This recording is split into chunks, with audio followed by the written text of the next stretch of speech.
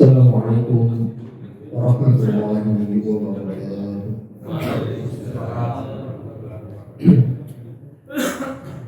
Alhamdulillahirabbil alamin. Nahmaduhu wa nasta'inuhu wa nastaghfiruh. Wa na'udzu billahi min shururi anfusina wa sayyiati a'malina. Man yahdihillahu fala mudilla lahu wa man yudlil fala hadiya lahu. أشهد أن لا إله إلا الله وحده لا شريك له وأشهد أن محمدا عبده ورسوله لا نبي ولا رسول بعده. اللهم صل وسلم وبارك على سيدنا محمد وعلى آله وأصحابه ومن تبعهم بإحسان إلى يوم الدين. أما بعد فقال تبارك وتعالى يا أيها الذين آمنوا اتقوا الله حق تقاته ولا تموتن إلا وأنتم مسلمون. صدق الله العظيم. سبحانك لا علم لنا إلا ما علمتنا إنك أنت العليم الحكيم. اللهم إنا نسألك علما نافعا ونعوذ بك من علم لا ينفع. اللهم لا سهل إلا ما جعلته سهلا وأنت تجعل الحزن إذا شئت سهلا. Ma'asyiral muslimin, hadirin jamaah salat maghrib Masjid Al-Amin yang mudah-mudahan selalu dilimpahkan kasih sayang dan rahmatnya oleh Allah Subhanahu wa taala. Alhamdulillah kita kembali bermuwajahah di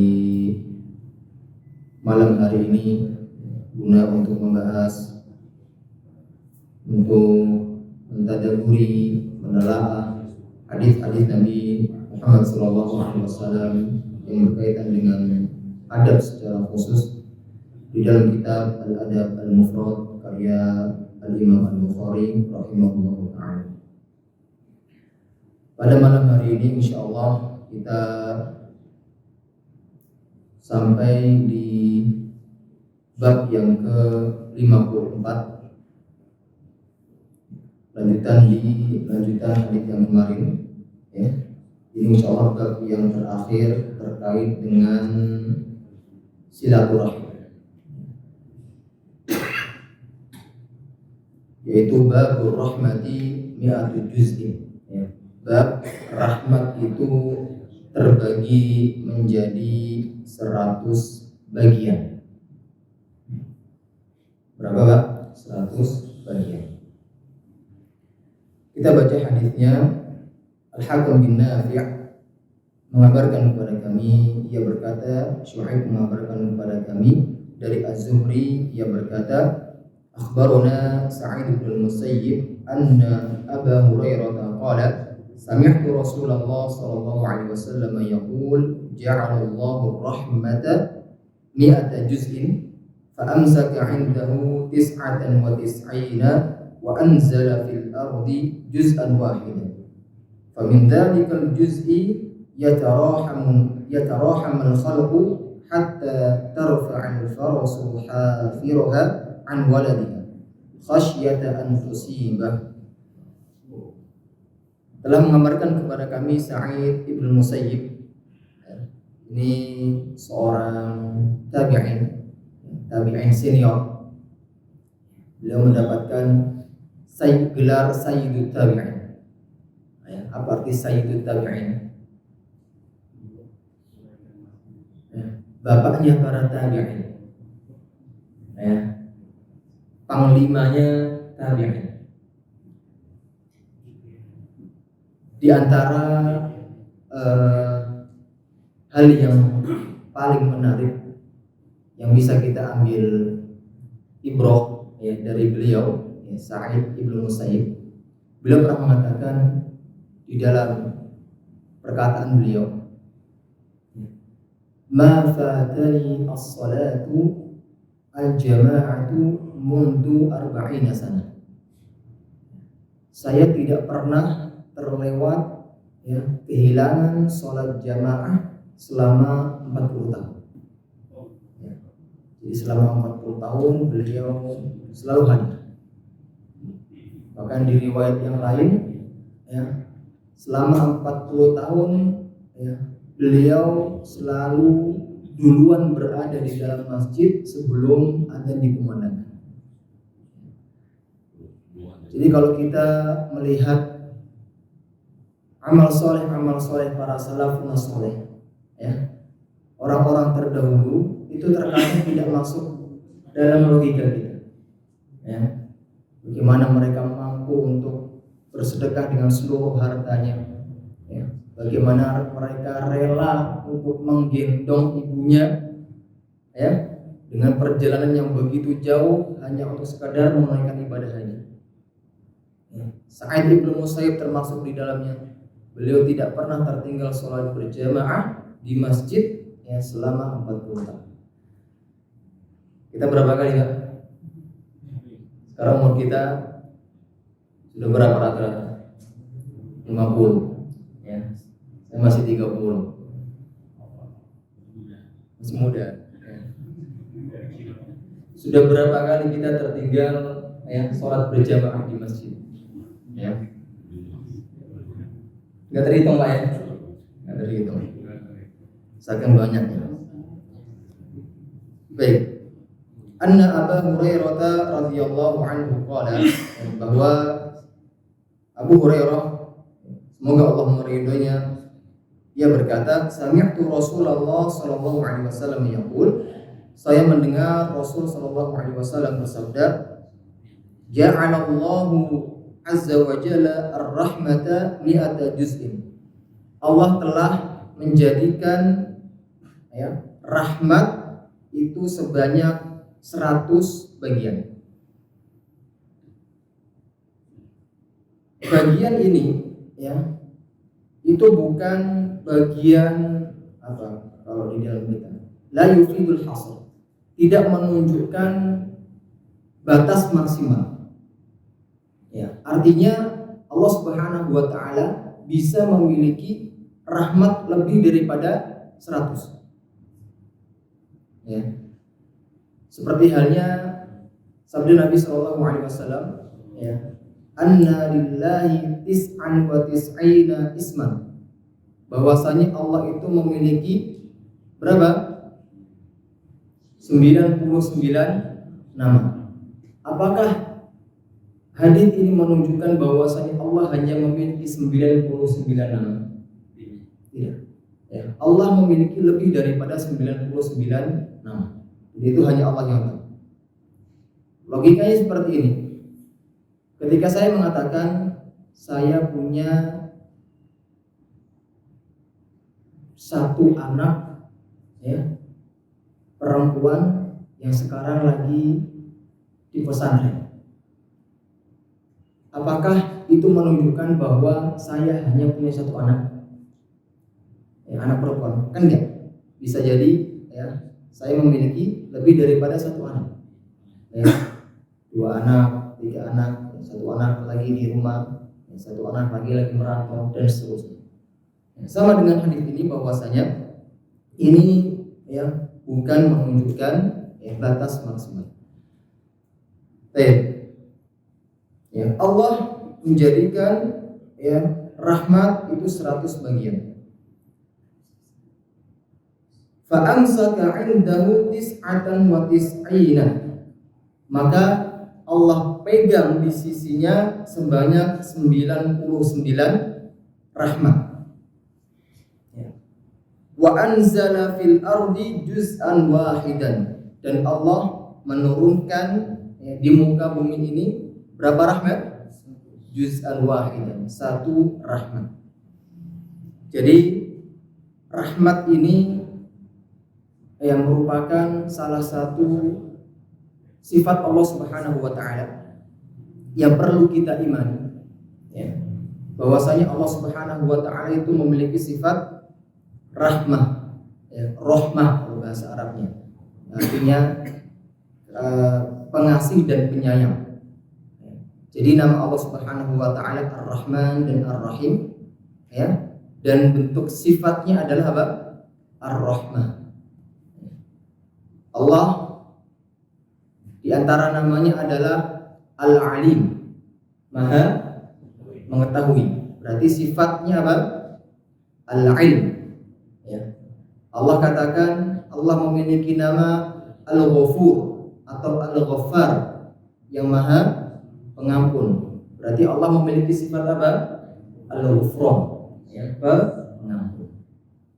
Nah, Allah Subhanahu wa taala yaitu memiliki sifat Ar-Rahman, dan ini harus menjadi salah satu keimanan seorang muslim, ya, bahwa Allah memiliki sifat Ar-Rahman, ya. Sebagaimana yang Rasulullah SAW sabdakan, ya, tentang seorang ibu yang kehilangan anaknya, ya. Jadi Rasul ingin menggambarkan bahwa Allah itu benar-benar mempunyai sifat rahmah, sifat kasih sayang. Suatu ketika ada seorang ibu yang dia kehilangan anaknya, ya, dia mencari ke sana ke sini. Kemudian seorang ibu tersebut menemukan anaknya, ya, kemudian memeluk anaknya, ya, kemudian disusui, ya. Maka ketika melihat gambaran seperti ini, Rasulullah SAW ingin mengajarkan kepada para sahabat, ya, bahwasanya Allah Subhanahu wa taala itu memiliki sifat rahmah. Apa kata Rasul? Atarawna hadhil mar'ata tarihatan waladaha 'alan nar. Apakah kalian menganggap bahwa seorang ibu ini, ya, akan melemparkan anaknya ke dalam api? Maka kata para sahabat, mereka menjawab, tentu tidak ya Rasul, ya. Sedangkan ibu tersebut mampu untuk melindunginya, ya, maka ia tidak mungkin memasukkan atau melemparkan anaknya ke dalam neraka. Kata Rasulullah SAW, Allahu arhamu bi'ibadihi an halihi biwaladihi. Allah itu lebih sayang daripada seorang ibu ini kepada anaknya. Jadi Rasul ingin menggambarkan bahwasanya Allah itu juga memiliki sifat rahmah, sifat kasih sayang, ya. Jadi Rasul melihat momentum yang sangat pas, ya, melihat kondisi seorang ibu yang begitu mendambakan ingin ketemu dengan anaknya, ya, sangat sayang kepada anaknya, ya. Rasul ingin memberikan penjelasan yang lewat momentum tersebut kepada para sahabat agar mudah dipahami. Jemaah yang dimuliakan oleh Allah Subhanahu wa taala, kita tahu bahwasanya orang yang paling sayang kepada anaknya, yaitu kira-kira ayah atau ibu? Apa? Ibu, ya. Kita sepakat ya bahwasanya ibu adalah orang yang paling sayang kepada anaknya, ya. Tapi seorang ibu yang sangat-sangat sayang kepada anaknya, ya, maka sayangnya Allah kepada hambanya itu jauh, ya, lebih tinggi daripada sayangnya seorang ibu kepada anaknya. Ini menggambarkan bahwasanya kasih sayang Allah kepada hambanya itu sangat luas dan sangat besar sekali.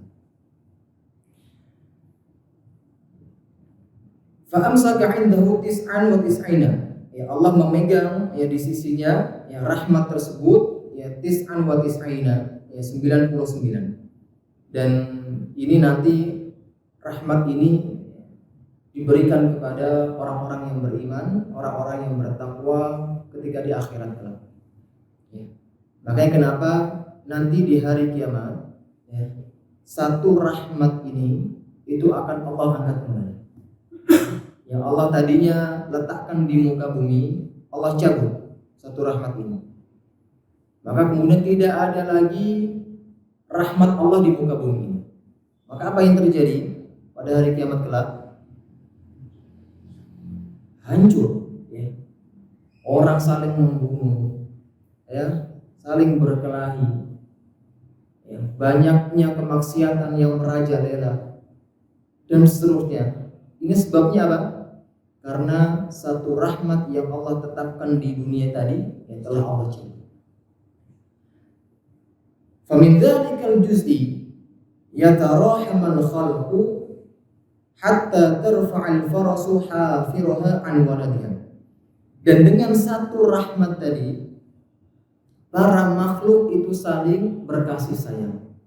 Ini salah satu redaksi hadis tentang rahmat Allah itu terbagi menjadi 100 bagian. Di dalam riwayat yang lain dikatakan yata'atufu wa yatarahamun al-bahaim wal wahshi wal hammam. Jadi mereka para binatang melata, para binatang yang beracun, yang memiliki bisa, mereka saling berkasih sayang, saling menyayangi. Hatta ta'tiful farashi an waladiha, sampai binatang yang buas pun sekalipun ya, itu menyayangi anaknya. Singa yang begitu puas ya di mata kita ya, tapi kalau sama anaknya sayang. Itu sebab apa? Min atharir rahmah ya, dampak dari rahmatnya Allah Subhanahu wa taala yang Allah turunkan di muka bumi. Di dalam redaksi hadis ini, famin dzalikal juz'i yatarahamul khalqu ya, dan dengan satu rahmat tersebut ya, para makhluk saling berkasih sayang. Hatta tarfa'al farasu hafiraha an waladiha, sehingga faras ya, kuda itu mengangkat kakinya dari anaknya ya, khasyata an tusibahu, khawatir kalau menimpa anaknya ya. Jadi ini merupakan ilustrasi ya, untuk memahami apa konsep abstrak ya, tentang rahmat. Bagaimana seekor kuda ya, yang dia mengangkat kakinya agar tidak menginjak anaknya. Kenapa kuda ya di dalam hadis ini sebagai contoh ya? Karena kuda itu yang sering ditemukan ya. Kemudian kuda itu juga sering berkeliaran di sekitar kita ya, sering kita melihat kuda. Dan kuda itu paling hati-hati kepada anaknya ya, kuda itu paling hati-hati kepada anaknya. Dia benar-benar menjaga anaknya. Makanya hadis Nabi SAW di redaksi ini memberi contoh yang kuda sebagai ilustrasi konsep tentang rahmat ini. Jemaah yang dimuliakan oleh Allah Subhanahu wa taala, kalau kita berbicara tentang rahmat ya, maka kita tidak lepas dari nama Allah yang mulia, nama Allah yang indah, yaitu Ar-Rahman dan Ar-Rahim. Kedua nama ini ya, di dalam Al-Quran itu paling banyak disebutkan oleh Allah Subhanahu wa taala. Ya, Ar-Rahman yang Maha Pengasih, Ar-Rahim yang Maha Penyayang. Apa perbedaan Ar-Rahman dan Ar-Rahim? Maha Pengasih, Maha Penyayang itu perbedaan secara terjemahan bahasa Indonesia ya, tapi terjemahan secara makna sebagian riwayat ya, sebagian redaksi ya, para ulama mengatakan bahwa Ar-Rahman ini merupakan bentuk kasih sayang Allah yang Allah berikan kepada seluruh umatnya, seluruh makhluknya. Apakah mereka orang-orang beriman ataukah mereka orang-orang kafir? Apa ini? Ar-Rahman ya. Jadi kasih sayang Allah yang Allah berikan kepada seluruh manusia, baik kafir ataupun beriman. Makanya sering kita dapati ya, kenapa terkadang orang-orang kafir itu mereka hidupnya lebih lebih kaya daripada kita ya, lebih berkecukupan daripada kita ya. Ini dampak dari apa? Ar-Rahman ya. Sudah wajar, sudah menjadi sunnah Allah karena Allah memberikan rahmahnya kepada mereka. Tapi bagian yang kedua, Ar-Rahim ya, yang ini didapatkan hanya bagi mereka-mereka orang-orang yang beriman dan bertakwa kepada Allah ya. Khusus Allah berikan ya, kasih sayang Ar-Rahim ini kepada orang-orang yang beriman. Dan kasih sayang Ar-Rahim ini ya, akan berlanjut sampai nanti di hari kiamat ya. Maka kita nggak perlu cemburu, ya, nggak perlu kita protes ketika melihat orang-orang kafir lebih bahagia di dunia, yang lebih kaya di dunia ini. Ya, tapi ketika di akhirat nanti kita akan memanen kekayaan dan kebahagiaan yang hakiki, ya, di surganya kelak. Yaitu kenapa? Karena Allah memberikan kepada kita Ar-Rahim. Ya, dampak daripada sifat rahmah Allah Subhanahu wa Ta'ala.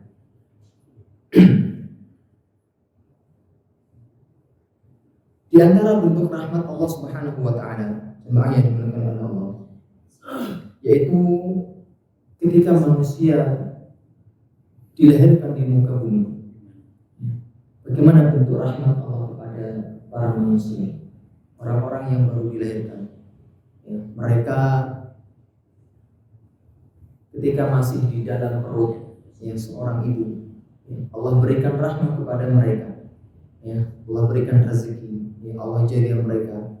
Kemudian begitu mereka lahir pun sama, ya, Allah jaga.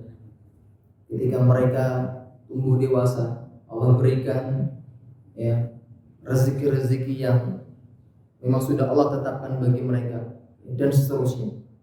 Ini merupakan bentuk kasih sayang Allah Subhanahu wa Ta'ala. Coba kita bayangkan seandainya manusia yang dilahirkan di muka bumi, Allah tidak berikan rahmatnya kepadanya, ya, maka sungguh, ya, sangat binasa, ya, sungguh sangat merugi, ya, jika seseorang tidak mendapatkan rahmat atau kasih sayangnya Allah Subhanahu wa Ta'ala. Di dalam Al-Quran, Allah Subhanahu wa Ta'ala, ya, sering berbicara nama Ar-Rahman, ya, itu digandingkan dengan istawa. Allah katakan Ar-Rahmanu 'alal 'arsy istawa. Ya, Ar-Rahman itu di atas arsy. Dan hanya satu nama ini saja yang Allah sandangkan, yang Allah gandengkan dengan arsy. Ya, tidak ada nama yang lain. Tidak ada itu Al-Ghafur, Allah gandengkan dengan gandengkan dengan arsy. Ya, kemudian Al-Hayyu, Allah enggak gandengkan dengan arsy. Hanya nama Ar-Rahman, ya, Allah gandengkan dengan arsy. Apa hikmahnya, jemaah yang dimuliakan oleh Allah? Arsy itu adalah makhluk Allah yang paling besar. Paling besar. Arsy itu tempatnya di mana? Di atas langit, ya. Di atas langit. Coba kita bayangkan, di dalam kitab Tauhid itu dijelaskan bahwa jarak antara bumi dan langit yang pertama itu berapa tahun perjalanan? Berapa, Pak, tebalnya, Pak, jaraknya? 500 tahun perjalanan, ya, jarak antara bumi dan langit yang pertama. Kemudian tebal langit yang pertama itu juga 500 tahun perjalanan. Jarak antara langit yang pertama dengan yang kedua itu juga sama, 500 tahun perjalanan. Kemudian tebal langit yang kedua itu juga sama, 500 tahun perjalanan sampai di langit yang ketujuh. Kemudian di atas langit itu ada apa? Ada kursinya Allah Subhanahu wa Ta'ala, ya. Sehingga Allah katakan wasi'a kursiyyuhus samawati wal ardh. Kursinya Allah itu meliputi langit dan bumi, ya. Baru di atas kursi ada air, dan kemudian arsy. Jadi kalau kita bayangkan bumi dan langit, ya, itu seperti logam yang dilemparkan ke dalam padang pasir, dan padang pasir tersebut adalah kursinya Allah Subhanahu wa Ta'ala. Kelihatan, ya. Dan kalau kita analogikan juga, ya, kursinya Allah dengan arsy-nya Allah itu bagaikan logam yang dimasukkan ke dalam padang pasir. Ya, logam tersebut ada yang kursinya Allah, dan arsy-nya Allah adalah padang pasir. sehingga sangat luas sekali. Arsy Allah itu meliputi segala sesuatu. Sehingga jemaah yang dimuliakan oleh Allah, hikmah Allah menggandengkan namanya Ar-Rahman dengan Arsy ini menunjukkan bahwa kasih sayang Allah itu meliputi segala sesuatu, sangat luas. Sehingga kita tidak boleh berputus asa dari rahmat Allah. Sebanyak apapun dosa yang kita perbuat, sebesar apapun dosa yang kita perbuat, maka kita sekali-kali jangan pernah berputus asa dari rahmat Allah. Kita lihat Pak, sebuah ayat yang sangat dahsyat, sangat menarik. Bagaimana cara kita tahu, mengetahui kasih sayangnya Allah Subhanahu wa Ta'ala. Allah katakan di dalam Al-Quran, Qul ya ibadiyalladzina asrafu ala anfusihim la taqnatu min rahmatillah innallaha yaghfiru dzunuba jami'an. Wahai, katakanlah Muhammad, wahai hambaku, janganlah kalian berputus asa dari rahmat Allah. Wahai hambaku, orang-orang yang melampaui batas, alladzina asrafu la taqnatu min rahmatillah, janganlah kalian berputus asa dari rahmat Allah. Bayangin Pak, pelaku maksiat, mereka yang sering berbuat maksiat, tapi Allah masih menghubungkan dirinya dengan hamba tersebut. Qul ya ibadi, wahai hambaku. Jangan main-main Pak, label hamba itu merupakan label yang atau cap yang luar biasa, yang gak semua orang bisa dapatkan label tersebut. Bagaimana Allah Subhanahu wa Ta'ala menyebut Nabi SAW dengan sebutan hamba di dalam ayat yang bercerita tentang Isra dan Mi'raj. Subhanalladzi asra bi'abdihi, Maha suci Allah yang telah menjalankan hambanya. Allah sebut Nabi SAW dengan apa? Dengan hambanya. Makanya ketika seseorang mengaku saya adalah hamba Allah, belum tentu Allah mengakui dirinya sebagai hambanya. Tapi ini orang-orang pendosa yang banyak melakukan kemaksiatan, Allah masih anggap mereka sebagai hambanya. Ini merupakan kasih sayang Allah yang sangat luar biasa kepada hamba-Nya. Allah masih menghubungkan para pelaku pendosa dengan diri. La taqnatu min rahmatillah. Janganlah kalian sekali-kali berputus asa dari rahmat Allah. Karena rahmat Allah seperti yang kita sebutkan sangat luas. Sehingga di antara rahmat Allah, kasih sayang Allah apa? Innallaha yaghfiru dzunuba jami'an. Sesungguhnya Allah mengampuni dosa jami'an, semuanya tanpa terkecuali. Hatta dosa syirik. Meskipun dosa syirik itu tetap Allah ampuni ketika orang tersebut bertobat dengan tobat yang jujur dan tulus. Kapan dosa syirik itu tidak diampuni?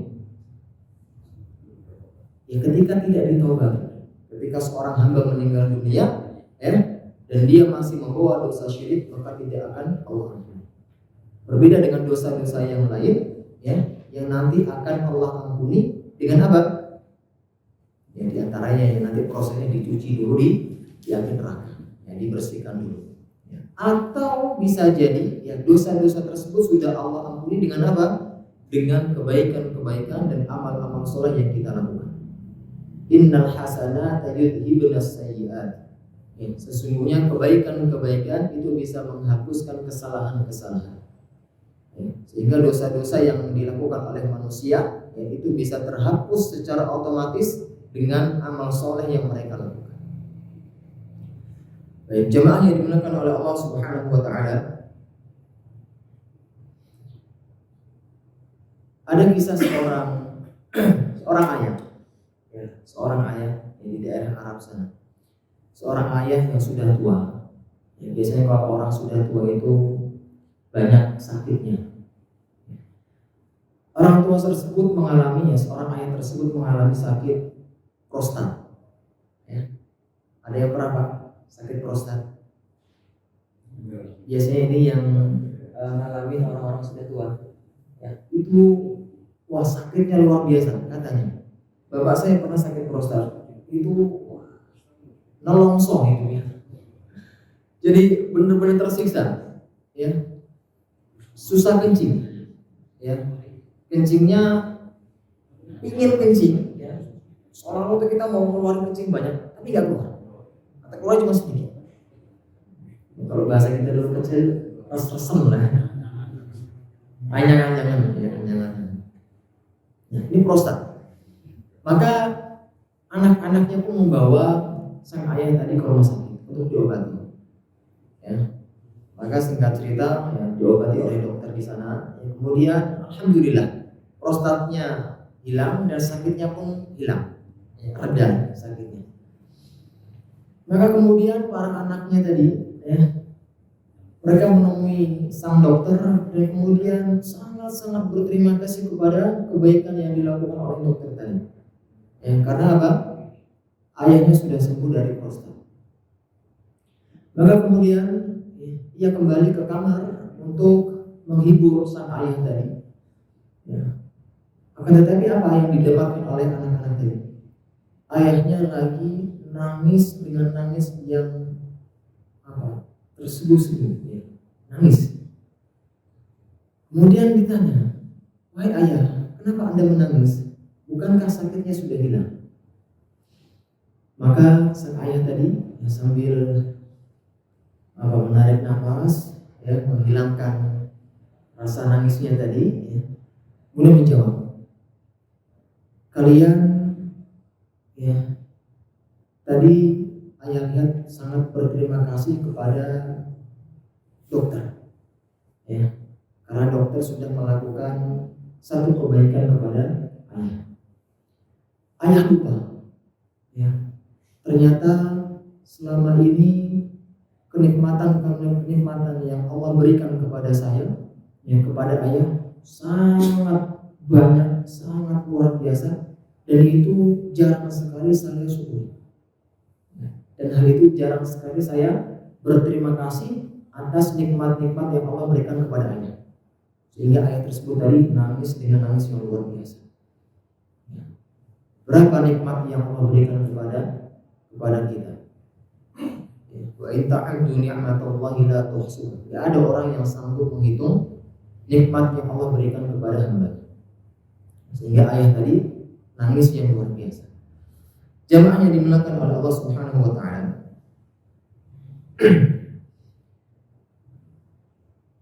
Tidak ada, ya, manusia yang kemudian masuk ke dalam surganya Allah itu karena amal soleh.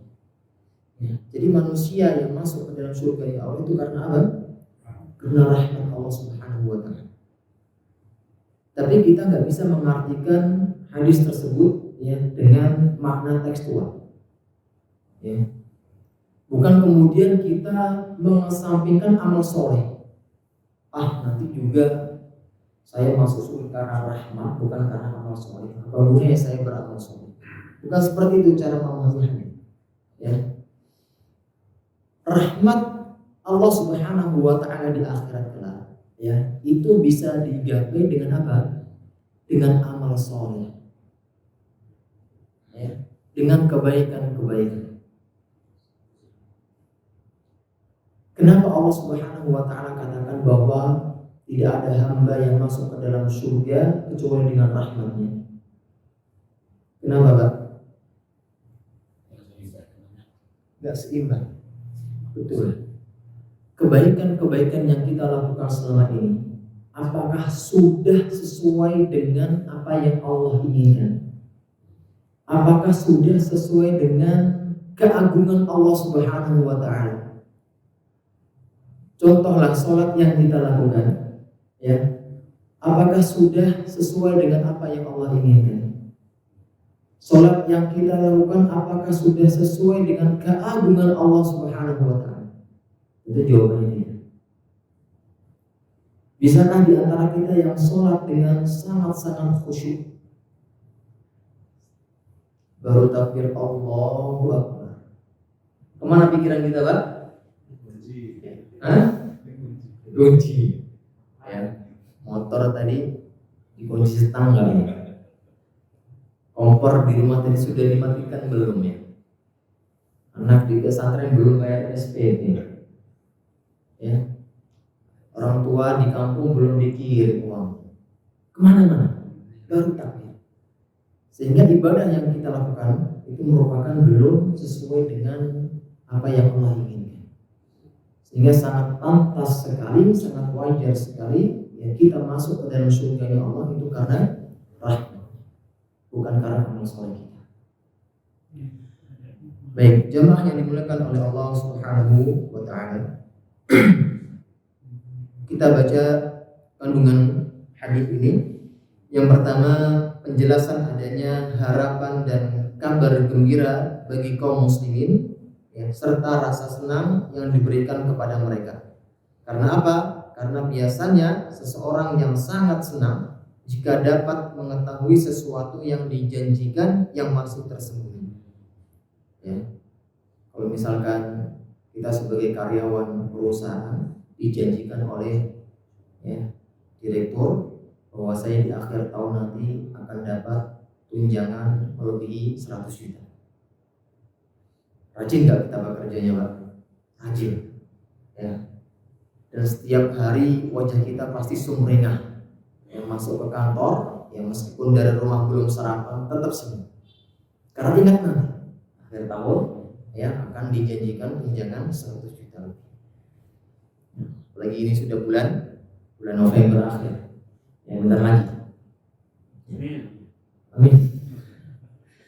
Ya, begitu juga dengan apa yang Allah kabarkan kepada para hambanya. Allah kabarkan bahwa nanti di akhirat yaitu ada 99 rahmat yang sekarang aku tangguhkan dan aku akan berikan nanti di akhirat, kata Allah. Sehingga bisa kita bayangkan, Pak, satu rahmat Allah turunkan di muka bumi. Ini bagaimana luar biasanya ya, dampaknya yang kita rasakan. Ya, kita bisa saling mengasihi. Ya. Kita dengan wanita yang tadinya belum kita kenal, ya, kemudian kita kenal, dan kita bisa saling mengasihi. Ya, kepada anak, kepada orang tua, kepada teman, ya, bahkan tadi hewan buas pun, ya, itu bisa mengasihi anaknya, menyayangi anak. Ini merupakan dampak dari rahmatnya Allah Subhanahu wa taala. Bisa kita bayangkan 99 nama, 99 rahmat yang nanti akan diberikan di akhirat. Ya, enggak kebayang ya, bagaimana nikmatnya. Ya, satu rahmat saja sudah nikmatnya luar biasa, ya, apalagi 99 rahmat. Selain itu, jika dengan satu rahmat saja di dunia ini ia mendapatkan segala nikmat, ya, disebutkan baik nikmat Islam, ya, ini merupakan nikmat yang paling besar yang Allah berikan kepada kita. Alhamdulillah. Ya, Allah masukkan kita ke dalam hamba-hambanya yang masuk ke dalam Islam. Al-Quran, ya, nikmatnya sholat, ya, kasih sayang dalam hatinya, dan nikmat-nikmat Allah lainnya. Ya, lantas bagaimana dengan 100 nikmat di akhirat? Yang kedua, adanya anjuran agar beriman dan memiliki harapan besar pada rahmat-rahmat Allah Subhanahu wa taala yang masih disimpan untuk hari kiamat kelak. Berarti kesimpulannya, ya, kita fokusnya ya itu bukan satu rahmat yang Allah berikan di dunia ini. Ya, tapi kita fokuskan diri kita untuk mendapatkan 99 rahmat nanti di akhirat. Ya. Obsesi kita seperti itu. Ya, bagaimana kita caranya untuk mendapatkan rahmat tersebut? Bagaimana caranya, Pak? Bertakwa dan beriman. Cukup. 2 hal saja, ya, nggak banyak. Tapi kalau diaplikasikan ya berat, ya. Tapi tidak ada sesuatu yang susah, tidak ada sesuatu yang berat ya, di dalam proses kecuali akhirnya adalah kenikmatan. Ya, begitulah ya, sunnah Allah. Ya, Allah menciptakan bagaimana hamba-hambanya yang beriman ketika di dunia ya, merasakan kesusahan, ya, merasakan intimidasi, ya, berbagai macam ujian. Tapi Allah kabarkan ya, bahwasanya mereka yang bersabar dengan ujian yang ada, Allah akan menjanjikan surga kepada mereka. Innama yuwaffas sabiruna ajrahum bighairi hisab. Ya, sesungguhnya orang-orang yang sabar, ya, pahala mereka apa? Bighairi hisab. Ya, tanpa hisab, ya, tanpa batasan. Artinya surga.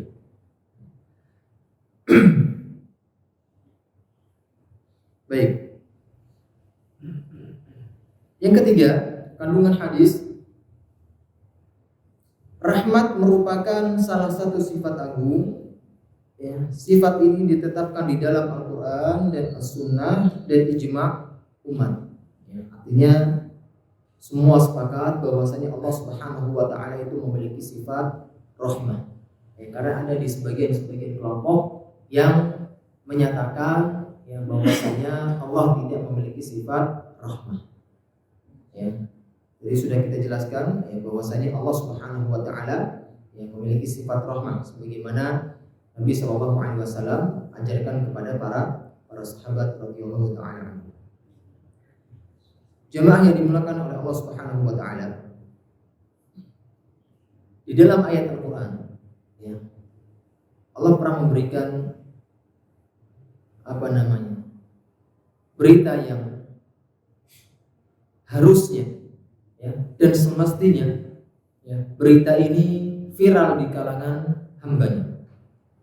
Allah katakan, nabbi ibadi anni anal ghafurur rahim.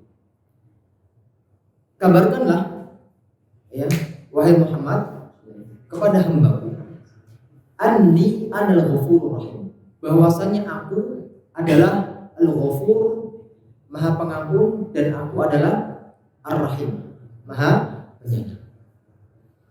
Jadi Allah Subhanahu wa Ta'ala ingin berita ini itu sampai kepada seluruh manusia. Ya, viral di kalangan manusia bahwasanya Allah itu Al-Ghafur dan Allah itu Ar-Rahim. Jadi di antara bentuk kasih sayangnya Allah Subhanahu wa Ta'ala, yaitu Allah berikan ampunan kepada hamba. Ini di antara hikmah kenapa Allah gandengkan 2 nama ini, Al-Ghafur dan Ar-Rahim. Karena Allah ingin hamba-hambanya itu tahu ya, bahwa rahmahnya Allah, di antara kasih sayang Allah terbesar, ya, terbesar, bukan di antara, tapi terbesar, yang paling besar itu adalah apa? Ampunan Allah Subhanahu wa Ta'ala yang diberikan kepada hamba. Dan inilah impian yang kita harapkan, yaitu apa? Ampunan Allah Subhanahu wa Ta'ala. Ya, karena apalagi yang bukan kita harapkan kecuali ampunan Allah Subhanahu wa Ta'ala. Karena tidak ada manusia yang masuk ke dalam surga kecuali apa? Kecuali dosa-dosanya sudah diampuni. Ya. Ketika Allah sudah mengampuni seluruh dosanya, Allah sudah cuci, ya, ataupun Allah ampuni secara cuma-cuma, ya, baru kemudian Allah masukkan ke dalam surga. Maka inilah yang kita dambakan, inilah yang kita impikan, bahwa ampunan Allah Subhanahu wa Ta'ala terus menyelimuti di dalam kehidupan kita. Jemaah yang dimuliakan oleh Allah Subhanahu wa Ta'ala, yang terakhir,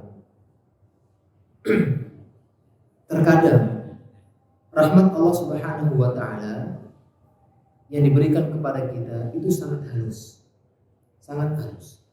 sehingga terkadang kita nggak sadar bahwasanya Allah itu sayang kepada kita. Kita nggak sadar bahwasanya kita itu sedang diatur oleh Allah Subhanahu wa Ta'ala. Ya. Allah itu lebih tahu kebaikan-kebaikan hambanya daripada hambanya sendiri. Sering kita alami jemaah yang dimuliakan oleh Allah, ya, bagaimana Allah mengatur kita dengan caranya yang sangat halus, yang sering kita tidak mengetahui, sering kita tidak sadar bahwasanya kita itu sedang diatur oleh Allah.